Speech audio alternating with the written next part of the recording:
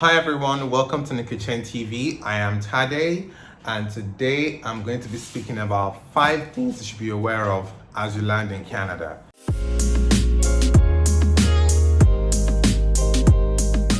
So congrats, you've written your exams, you've gone past through all the stages to get your permanent resident, which will be topic for another of my videos, the stages you need to get your permanent resident. And you've gotten your COPR, and now you're flown in. Now you're about to fly in and start your life in Canada. These are 5 things you should be very careful about so you don't have a nasty Canadian experience, especially an early starting Canadian experience. The first thing you should have is emergency cash. Only because I've heard lots of horror stories of people who thought their host was going to host them in their place for about 2 weeks or a month, which is ideally okay for you if you're just moving to Canada, and then they end up ghosting them. I've heard of people who got to the airport, called who they were meant to stay with, and that person didn't pick up your calls. I had my own personal horror stories as well, but that's a story for another day. So the first thing is always have your emergency cash. Depending on how you're migrating to Canada, that will determine how much you should bring in. But ideally, let's say, it depends on the province you're also going to as well. If you're coming to Ontario, which is much more expensive, clearly you should have more funds on you as emergency cash than someone who's going to land in a place like New Brunswick, for example. So have your emergency cash that nobody can take away from you, so that should your host ghost you, should your host kick you out, in fact, preferably rent an Airbnb if you can, or book an hotel if you can afford it. Book an hotel for a month, or rent Airbnb for a month.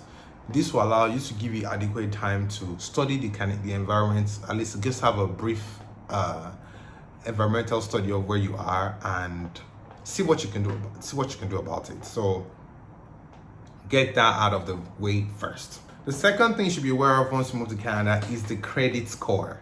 For those who are migrating from other Western countries like United States, European Union, UK, even countries like Japan as well, you'll be aware of the credit score system. So in most of these advanced societies, most things are not bought fully in cash. So the system documents your history of payments, how often you clear your bills, and how quickly you pay them off as well. And that affects your credit score. Your credit score is extremely important. This is something I see a lot of students, especially international students who are not aware of that system, who come into Canada and don't know how it's going to impact their ability to even get jobs, buy houses, buy cars. So be very wary of your credit card, your credit score. It could range from 0 to 800. 800 is the highest. And at any point in time, ensure your credit score never falls below 660 or 670. That's a safe minimum place to be. If you plan your game properly, if you're above 700, you just keep on coasting up. You have a splendid credit affordability credit system in Canada. So once you come here, don't be in a rush to get a credit card and quickly start buying on it, especially if you haven't gotten a job, because it will come back to bite you. And if you don't get a job and you're cash strapped, your credit score is already starting on a low level. So it will affect so many things unless you get a breakthrough and things turn around for you. So be fully aware of the credit score system. Try as much as possible to come with your with money that you can spend, which ties down to my first point of emergency cash. If you have emergency cash that you can spend, you might not need to. You can obtain a credit card, keep it, don't spend on it, because when you don't spend on your credit card and you have a low utilization rate, your credit score will go through the skies. So ensure you watch how you spend your credit card. It's very sweet, but be very careful. Third point is a Canadian job experience. Yes, I read a lot of people who comment on LinkedIn that when they moved to Canada, they couldn't get a job because they didn't have Canadian experience. So it's very dicey. Some people have moved to Canada and have gotten jobs without even stressing for it. That's the truth. That's the part people don't tell you. A lot of people move to Canada and get very good jobs. Now, if you come from a multinational that has presence in Canada, you should face a lesser struggle because they're aware of your brand and it's easier for you to sell yourself. And generally, multinationals tend to have a global culture. So a top auditing firm or engineering firm will be more than happy to pick its former staff from another country to work even in a higher position in Canada than where he used to be in his own country. So there's that part that people don't normally tell you, that Canada job experience matters, but it's for people who come from companies who are not. In fact, let me say it again. If you come from a very popular global firm, even if they don't have a presence in Canada, you still stand a strong chance of getting a very good job. That's the part people don't tell you. If your firm is well respected and you're not in Canada, you stand a very strong chance of getting a good job. But for those who don't have all those privileges and benefits, it's called, the first thing I always, which still goes back to my first point. If you have enough cash, you can wait it out until you get the perfect job. If you don't have enough cash, get yourself a side job that can be done by the side to build Canadian experience.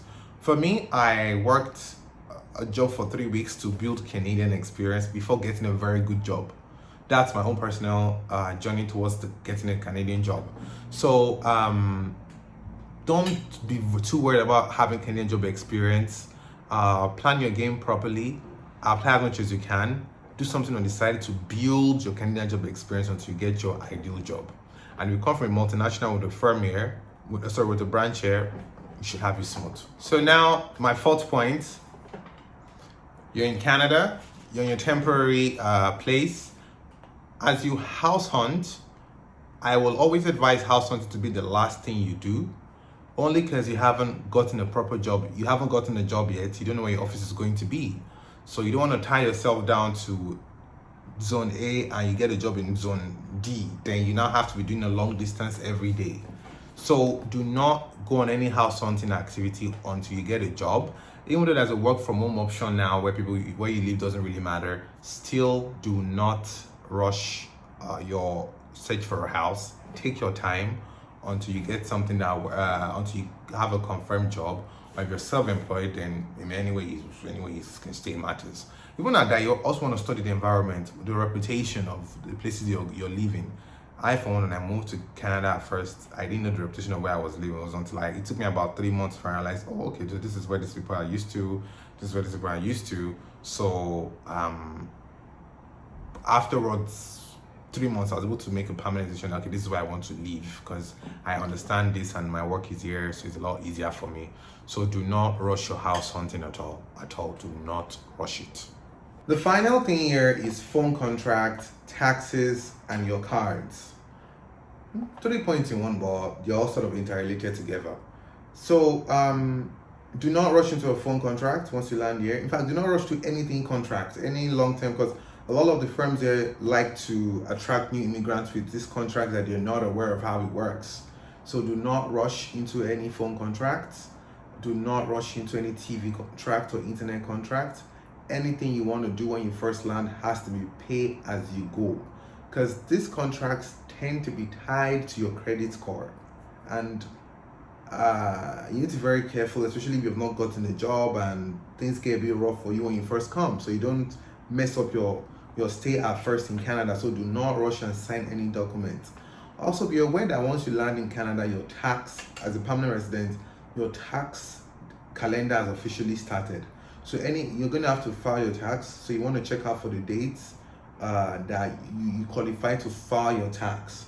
And just so you know, before you can apply for citizenship, you need to have your tax sorted. So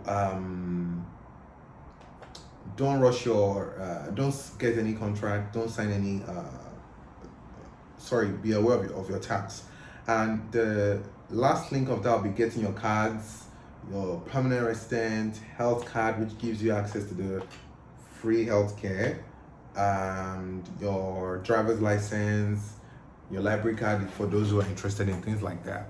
So if you have all of these things sorted out, if you're aware of all of these things, most importantly, if you have a lot of cash, your transition into Canada should be very smooth. Thank you very much for watching. Please do subscribe, and I'll be expecting more content from me.